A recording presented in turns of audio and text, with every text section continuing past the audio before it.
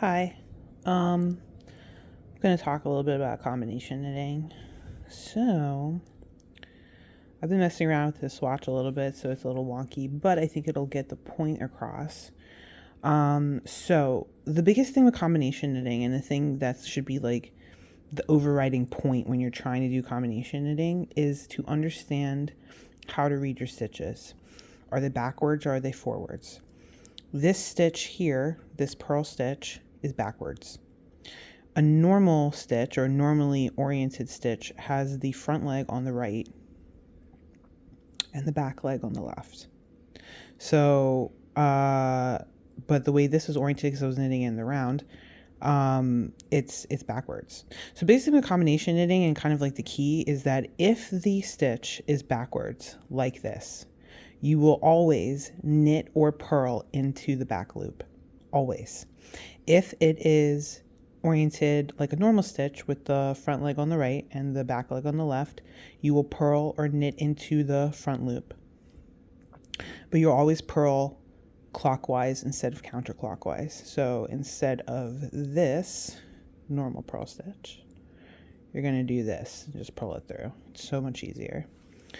But when you do that, the stitch gets oriented differently. So that's kind of, where we're at with this right now. So this purl stitch is oriented normally. Therefore, you purl it into the front loop backwards. This purl stitch is oriented backwards. Therefore, you purl it into the back loop backwards. And that would look like just sticking your needle through the center of the stitch, wrapping it and pulling it. When you're in the round, normally you're going to be knitting stitches normally. When you're knitting flat, things kind of get turned around. Which is why with combination knitting, it seems confusing, but what you're really doing is you're just modifying your movements to fit what the stitch is doing, so that you can knit faster, more efficiently, and definitely the tension with combination is better because when you're purling, you're using less yarn. So you're not getting all this like looseness between your knits and your purls. So yeah, so this is backwards, gonna knit it into the back, purl it into the back loop. This is oriented normally, knit it normally.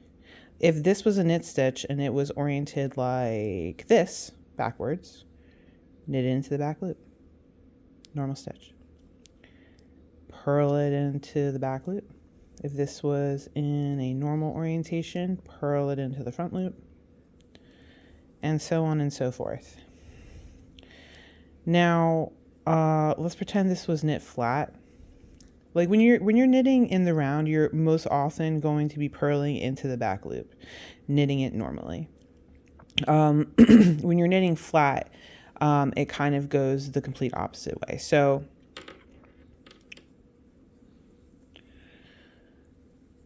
let's pretend this is our flat piece, okay? And you see that your knit stitch is backwards. You're going to knit into the back loop. Knit stitch is backwards, knit into the back loop. Purl stitch is normal, purl into the front loop. Purl stitch is normal, purl it into front loop. Same thing here, backwards, back loop. Backwards, back loop. Frontwards, if that's a word, front loop. Normal, front loop. Now let's say I wanted to purl into this knit stitch that is, blurry.